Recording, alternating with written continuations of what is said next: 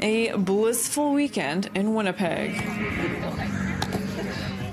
We saw a high of 14 degrees on Saturday and parks full of people ready for summer. And yesterday, I was on the golf course.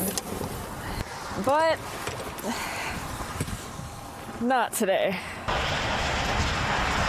A low pressure system has developed around the Great Lakes region, and it's bringing precipitation all the way from Ontario through Manitoba and into Saskatchewan. Along with that, some cold air coming down from the north has changed everything over to snow. So even though we had a nice weekend, this change in the pattern is bringing us a fairly significant spring storm. WeatherLogics is expecting 10 to 20 centimeters of snow today and another 5 to 10 on Tuesday. First thought that went through my mind was I was happy for the farmers. It's really, really needed. And if people are complaining, you just got to suck it up, Buttercup, because this is what we need. I love this stuff.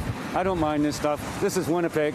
First of all, I've learned living in Winnipeg, never put away your winter clothes. I mean, I think mine honestly probably stay out till the end of May sometimes.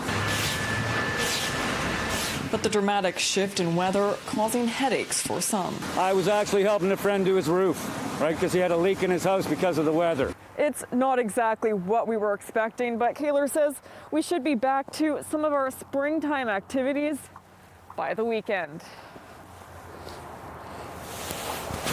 The rest of this week looks like it'll be fairly cool. We'll see the snow begin to slowly taper off on Tuesday, and by Wednesday we'll just be left with some flurries and cooler temperatures.